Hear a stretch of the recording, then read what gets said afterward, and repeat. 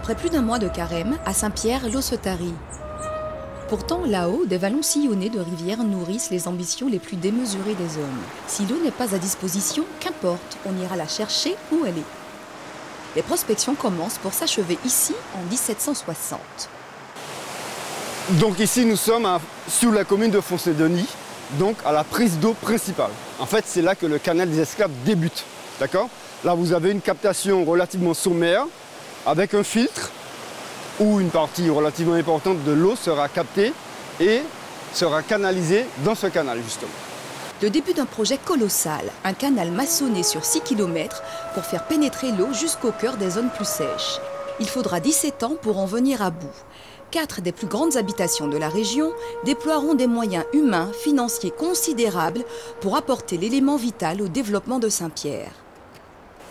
Cette eau servait à faire tourner les moulins de sucrerie qui étaient quand même relativement importantes.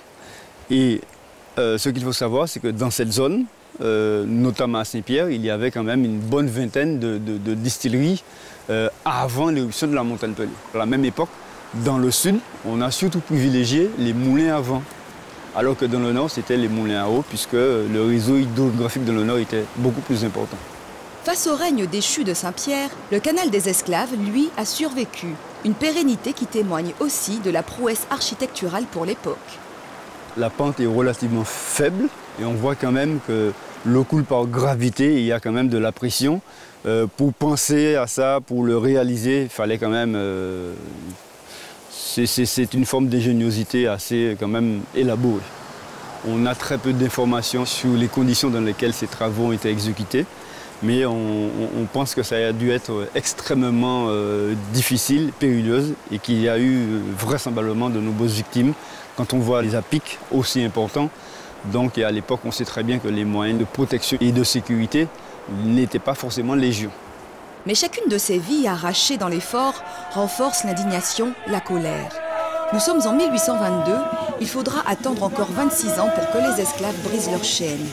Le Haut-Carbet paraît bien calme, pourtant même le murmure de l'eau ne parvient pas à apaiser la révolte qui gronde. Les esclaves qui étaient dans cette zone des Hauts-Pitons bénéficiaient à l'époque d'une certaine autonomie, d'une certaine liberté.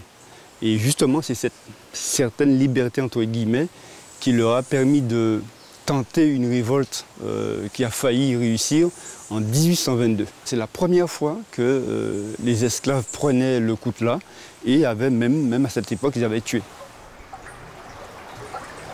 Un paysage où les traces de la plus sombre période de la Martinique perdurent, parfois sous ses formes les plus torturées.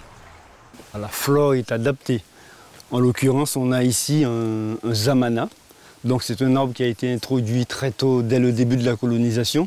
Non pas pour faire de l'ombre à la canne à sucre, mais sur certaines exploitations, on a planté des cacaoyers et des caféiers, qui sont des arbres ce sont des héliophiles, mais qui adorent l'ombre. Et c'est dans ce sens-là qu'on a introduit en Martinique ces amanas, qui ont la faculté d'avoir des branches qui poussent de manière horizontale. On dirait qu'elles défient les lois de la pesanteur.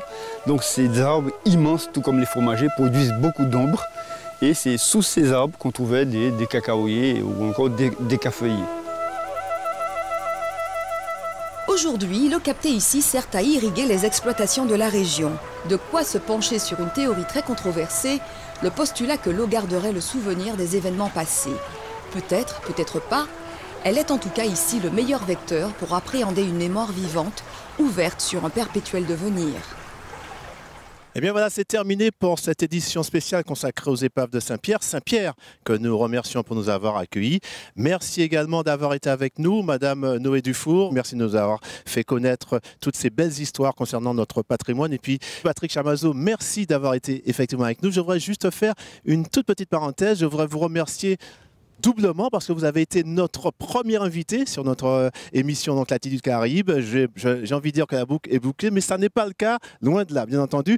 Je voudrais terminer en vous présentant cet ouvrage, Tamaya, les épaves de Saint-Pierre, de Michel Métairie, que vous connaissez sûrement tous les deux.